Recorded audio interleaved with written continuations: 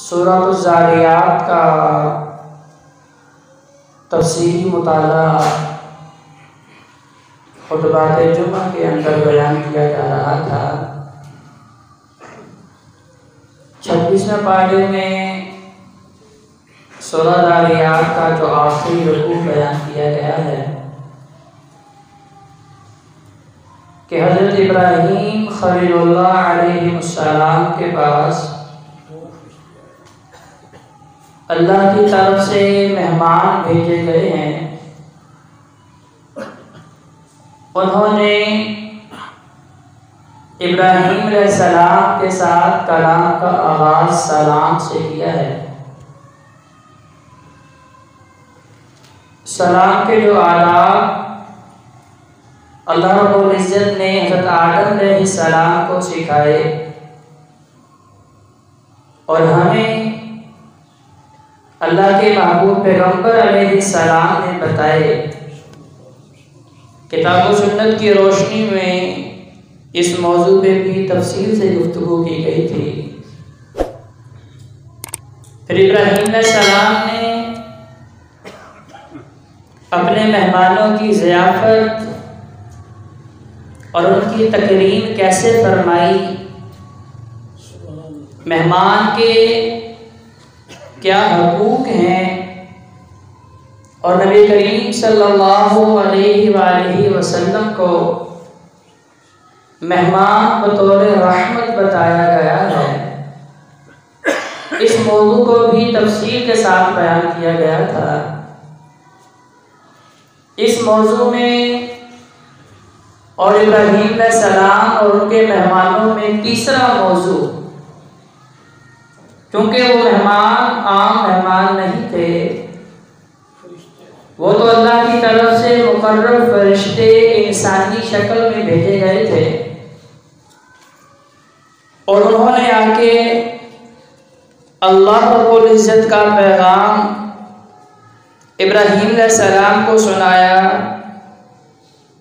और कहा फ़अौजस मिन्हुम ख़ीफ़ा क़ालू ला तख़फ़। जब इब्राहीम अलैहिस्सलाम ने बतौर ज़ियाफ़त के भुना हुआ गोश्त उनके सामने रखा और उन्होंने अपने हाथ को आगे नहीं बढ़ाया, हाथ को रोका, तो उस वक़्त का उसूल और दस्तूर ये था कि ये चोर डकैत जिस घर का नमक खाते थे उस घर में चोरी नहीं करते थे।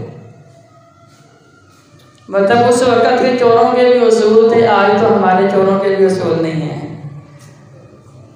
इससे बड़ी बात कि ईमानदारों के पास भी आज उसूल नहीं है। बड़े अफसोस की बात है और हमें बहकाने के लिए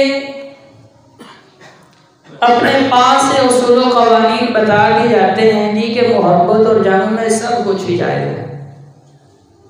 मोहब्बत और इश्क में आप जो भी करते हैं वो कम है, जबकि मेरे महबूब पैगम्बर अलैहिस्सलाम के बारे में अल्लाह ने कुरान में जो नक्शा खींचा है और बहैसियत मुसलमान मुझे जिस दायरे के अंदर रहने की तनकीद की है वो क्या हुक्म इलाही है, लक़द काना लकुम फ़ी रसूलिल्लाहि उस्वतुन हसना,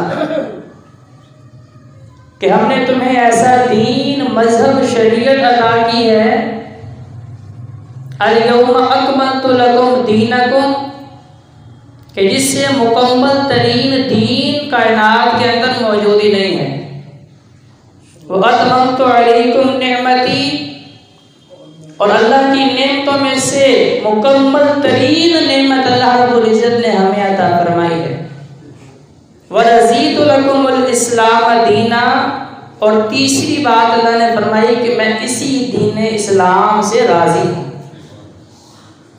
हज़रत जी वो कहा कौन सा दीन इस्लाम जिसमें आज मुझे ये कहा जा रहा है कि मोहब्बत रसूल में मैं आज़ाद हूँ, जो मर्जी कर लूँ वो ठीक है, इश्क़ मुस्तफ़ा में मेरे लिए कोई हुदूद नहीं है, मेरे लिए कोई कवानीन नहीं है, मेरे लिए कोई पाबंदियाँ नहीं हैं, ऐसी बात तो नहीं है।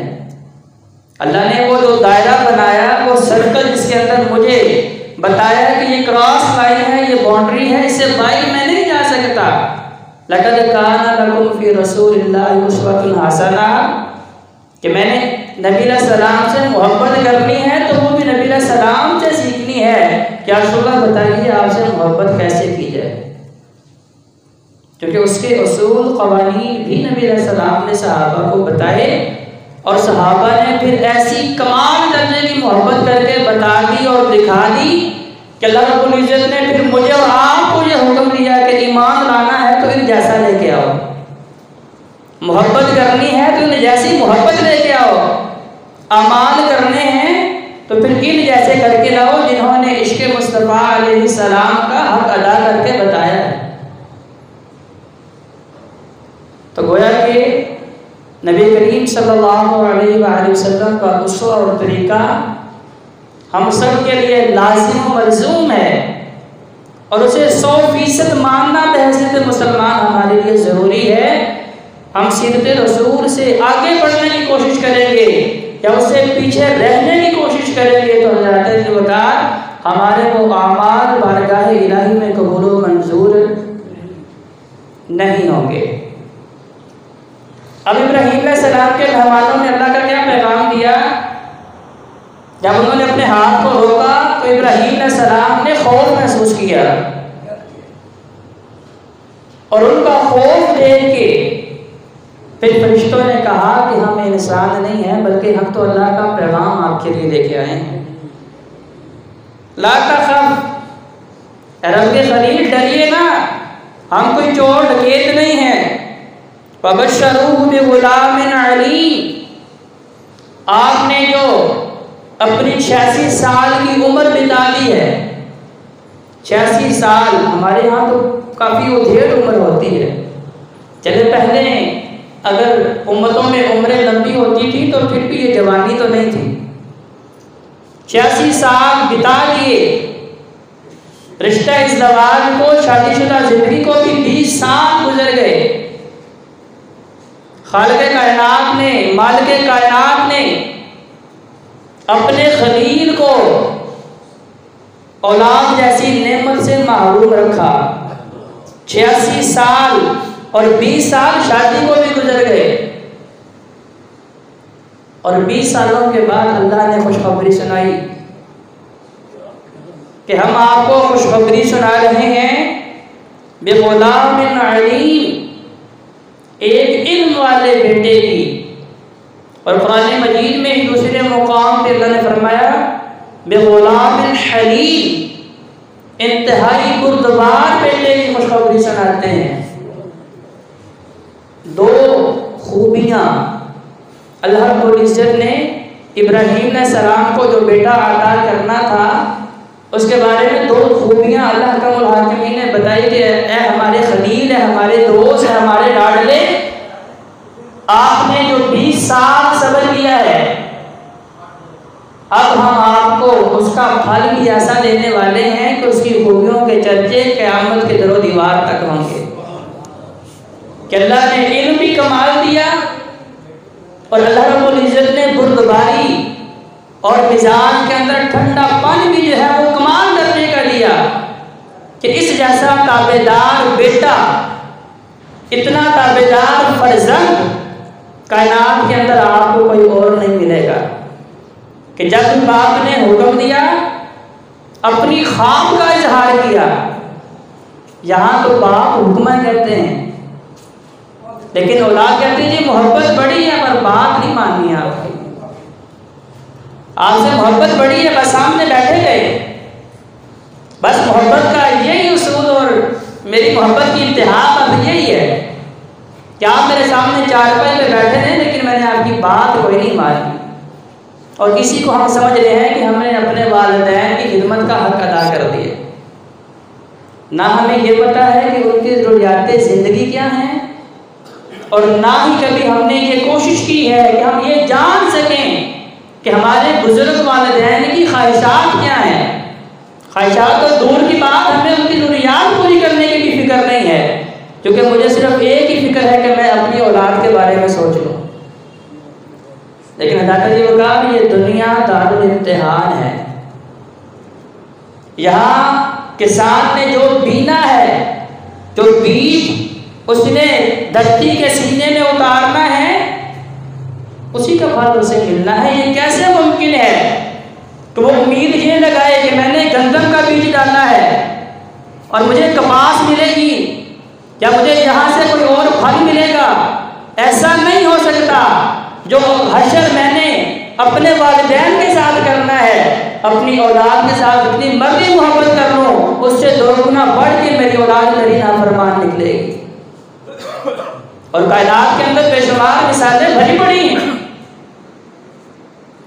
अगर मैं अपनी औलाद के सामने अपने बूढ़े माँ बाप की खिदमत कर रहा हूँ, उनकी ताबेदारी कर रहा हूँ, उनके सामने नजरों को झुका के, कंधों को झुका के खड़ा हूँ, मेरी औलाद मेरे पास खड़ी देख रही है, वो मेरी कहने सुनने की बात पे अमल नहीं करेंगे, बल्कि जो मैं करके दिखा रहा हूँ मेरे बुढ़ापे में मेरी औलाद मेरे साथ वही काम करेगी।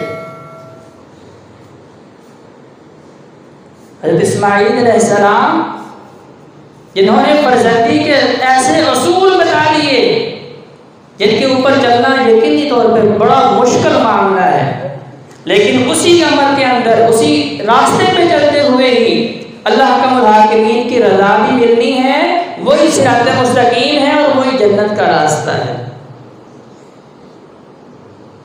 सबसे पहले तो इस नुक्ते को सोचें कि कायनात के अंदर अल्लाह रब्बुल इज्जत ने सबसे बेहतरीन मखलूक इंसान को बनाया है।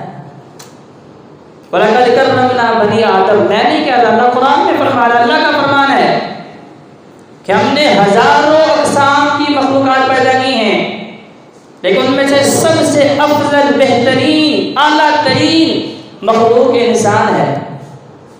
और इंसानों में से सबसे बेहतरीन, अशरफ, आला हस्तियाँ अंबिया रसूल हैं, और उनमें से भी बेहतरीन अंबिया रसूलों में से भी रब के खलील इब्राहीम अलैहिस्सलाम है, जिनके बारे में अल्लाह ने कहा कि वो सबसे वफादार